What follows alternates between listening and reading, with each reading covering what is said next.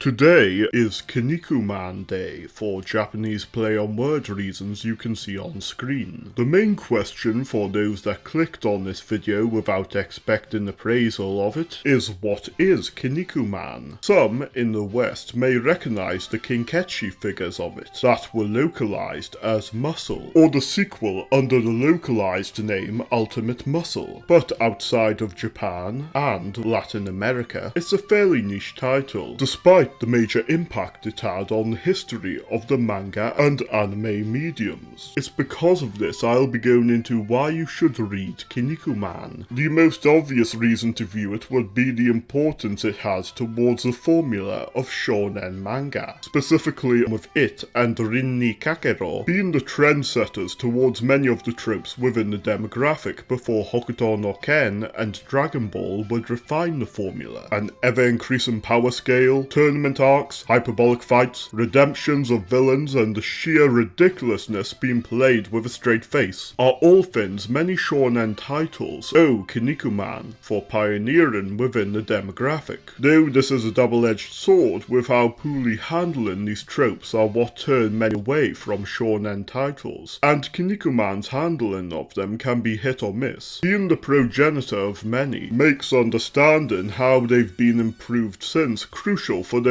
seeking to understand the history of action manga in this demographic, especially where many critiques of shonen can fall under the Dunning-Kruger effect by those less well versed in their history. Whether you love or hate the tropes of the demographic, or have a more nuanced opinion, viewing it to understand their history is essential. As I said, Kinnikuman's handling of these tropes is a mixed bag. It has several problems in its narrative, such as the constant use of the power of friendship, death meaning almost as little as in Dragon Ball Super, the final arc of the manga's original run being rushed at points. But I wouldn't be making this video if it amounted to only historical value. Even the more cheesy elements of its narrative, such as the use of friendship overcoming huge obstacles, or some sudden redemptions, are understandable when under the lens of it being a wrestling narrative, with the exaggerated narratives within Japan's own pro-wrestling movements, or international ones such as the WWE, playing a part in understanding them with their wild characterization of the turn of wrestlers from heel to face or vice versa, depending on their popularity. This is most obvious with the character Ramen Man, who was initially designed as a Zangyaku Chojin, or brutal Superman, who became a Seigi Justice Chojin, after his sincere speech within the 20th Chojin Olympics caused him to become a fan favourite. This may have been done in earlier works such as Tiger Mask, but Kinnikuman's more supernatural setting gives it a tongue-in-cheek element lacking in straightforward wrestling manga, especially when the series is also partially a superhero manga that fuses the narratives and tones of both genres. This is especially evident with how the Chojin that act as representative superheroes of many countries are stereotypes reminiscent of those within Japanese pro wrestling. Beyond the wrestling narrative, these superheroes being caricatures of their countries works with those of the Chojin Olympics, especially when a factor surrounding them is national representation or patriotism, as can be the case with many sports competitions. This is most obvious with the USSR's Warsman, whose role and initial characterization in the 21st Chojin Olympics is a representation of how the Soviet Union appeared to many, just like Ivan Drago in Rocky IV, cold, efficient, and loyal to his master, just as the Soviet Union demanded loyalty to their regime from the working class they claimed to liberate. That is made more blatant in his fight with Pentagon. This makes his physical and ideological defeat in the tournament not only a payoff towards the events and themes of the arc, but a message towards the flaws of blind loyalty to an institution that may have selfish interests, and the importance of freedom of thought. Warsman making the heroic choice to ignore what was expected by his master, and becoming more than a stereotype, despite the more vicious attributes of his Zangyaku Chojin days not being something he can simply erase. On the subject of heroism, Kinnikuman's characters are what allows it to hold up at times the plot can't, despite being one of the early examples of the simple-minded shonen hero though, the protagonist Suguru, or Kinnikuman, is far from a heroic caricature, with his initial characterization being designed to be intentionally unappealing with what seems to be at first an ugly face, powering up by eating garlic that would make his breath smell, farting to float, or cowardly towards those stronger than him, as well as initially relying on pure luck, with the heroism and martial skill he becomes legendary for being something that he gradually earns from experience, and make the instances where he shows true heroism in the earlier arcs that much more impactful. In other words, a character many would see from a broad description as a progenitor of someone like Son Goku is closer to a strange mix of Usopp and Urameshi Yusuke's initial self. On top of that, Suguru acts as a more grounded protagonist than those within many other shonen manga, with his poor living situation and initial goal of just making money, combined with being a bit above the typical age range of mid to late teens, giving him a relatability to viewers that improves with age, compared to protagonists that become more abstract or uninteresting as the audience ages. His path of progression also takes steps either disordered or unexplored for many of his shonen peers. For example, his success in the 20th Chojin Olympics was primarily through luck and instinct, making the American tour where he's forced to improve his lack of martial skill take a unique element to a training arc, as well as the rigged events and organization rivalries explore the commercialized aspects that can dilute sportsmanship. The other main Seigi Chojin all have aspects that can make them endure the test of time. Terriman, at times being shafted compared to his prowess due to circumstances, shows his desire to become a true hero rather than a soulless headliner as he used to be, with a major focus on sacrifice such as losing his leg as a result of saving Kinnikuman. Robin Mask's downward spiral until the Akuma Chojin arc acts as both a character study for one who suffers for the success of someone less deserving, and his arc afterwards a meta-contextual commentary on support characters who are forced to be in the shadow of the protagonist because of the plot. Ramen Man, Brocken Jr., and especially both Wars Man and Buffalo Man explore the struggles that come with redemption and fully moving beyond the past. There's far more that could be said on each, but that would make this video a little verbose, and has already been enough revealed here to those who haven't seen it yet. The villains that aren't redeemed tend to not have complex personality, but still offer a lot of thematic value, such as Neptunekin's age making his power the facade of one trying to seem perfect when unwilling to accept the passage of time, or Super Phoenix's hatred towards Kinnikuman despite not knowing of the latter's struggles and unknowingly making himself a hypocrite when handed the power of a god, making him a perfect final adversary for Kinnikuman before becoming kin. Leaving aside the wrestling narrative, there are many aspects in which Kinnikuman's story has held up within the shonen demographic. Its tournaments, for instance, follow many of the tenets to make such a story work, such as extreme violence offering high stakes, the trials before the 1v1 fights being creative takes on athleticism or helping characterize the cast better, and the format changing from arc to arc such as single match fights, tag teams, or 5v5 in manners many works to come after it could have learnt from. It was also perhaps the first Shonen Jump action manga to place as much importance on characters' abilities as their physical strength. That adds a lot more to the fight than who hits the hardest or who can endure the most, such as Planet Man's ability putting Kinnikuman at a disadvantage due to the damage it could do to the earth, or Ashra Man's 6 arms providing him a natural edge over countering or improving holds such as the Kinnikuman Buster. Speaking of which, the wrestling combat of the manga stands out with how the vast majority of action shonen to come after it drew on the principles of ki, which more often than not detracted from the melee technicalities of fights as they went on. Despite many supernatural techniques, Kinnikuman avoids this issue and keeps the focus on genuine wrestling skill a core part of the entire series, with this technical focus also justifying why characters can't simply spam their best techniques, even with the constant escalation of prestige and power amongst foes. It never abandons the fundamentals of its combat once finding its its foot in, and if anything, improve this aspect with each arc, thereby not falling victim to power creep. Another element many shonen series struggle with is in giving enough focus to the supporting cast. I've mentioned in prior videos that obligatory fights for secondary characters that don't advance the plot or their character growth does more harm than good through being padding. But that's rarely the case with the characters in Kinnikuman, where most fights given to the supporting cast explore their history, moral conflicts, or act as confirmation of their growth. A perfect example of this would be Meat's fights during the Survivor match, show how his observations and focus on techniques make up for his low physical might for Chojin, in standing up for the prince who has defied his expectations numerous times and even saved his life, with Meat finally able to return the favour. This is something the manga's revival era focuses on even more, with more focus being given to groups such as those loyal to Akuma Shogun during the Perfect Origin arc, or the notable jobber Wolfman being given the victory in the Six Spears arc. Kinnikuman's focus on character mixed with varied spotlights allows for some surprising changes in roles too. For instance, Brocken Jr. and Buffalo Man joining Soldier rather than Kinnikuman during the Survivor match makes it apparent that despite the series' focus on the power of friendship, these are still characters with varied motivations that won't simply be restricted to supporting the protagonist. Aside from the support limelight point, these are all aspects that are only improved in time with the sequel. I won't say much of that as it deserves its own video, but for relevant summary, it places even greater focus on techniques and abilities than the original, as well as ticks all the right boxes for a next generation sequel in general. On the subject of sequels, it's important to note that Kinnikuman's original manga run was the first 36 volumes, with its revival having brought the series to 80 thus far. I'll be honest that I haven't seen much of this era, and what I have doesn't mesh too well with the later continuity Kinnikuman Nisei established, but perhaps that will be a goal to overcome another time, especially with it getting animated sometime this year. As for whether you should view the anime as well, it's up to you. It shouldn't be treated as a substitute for the manga, with the major plot changes it made and poor filler segments, but the fights and dramatic moments are worth viewing on their own, in the early segments especially due to the art of the manga have not yet been refined, and the translation's formatting and image quality is far from up to par with more recent chapters that aren't often the most engrossing for new viewers. The voice acting and music go a long way for emotional resonance, particularly with the casting of Kamiya Akira being able to capture the dramatic shifts of Suguru going from goofy to serious, in much the same way he would later do with Saiba Ryo from City Hunter, with an especially enhanced scene due to music being in the 7 Akuma Chojin arc, with Kinnikuman's imagining of his fallen friends returning only to be brought back to reality before the triumphant, uplifting return of Terriman.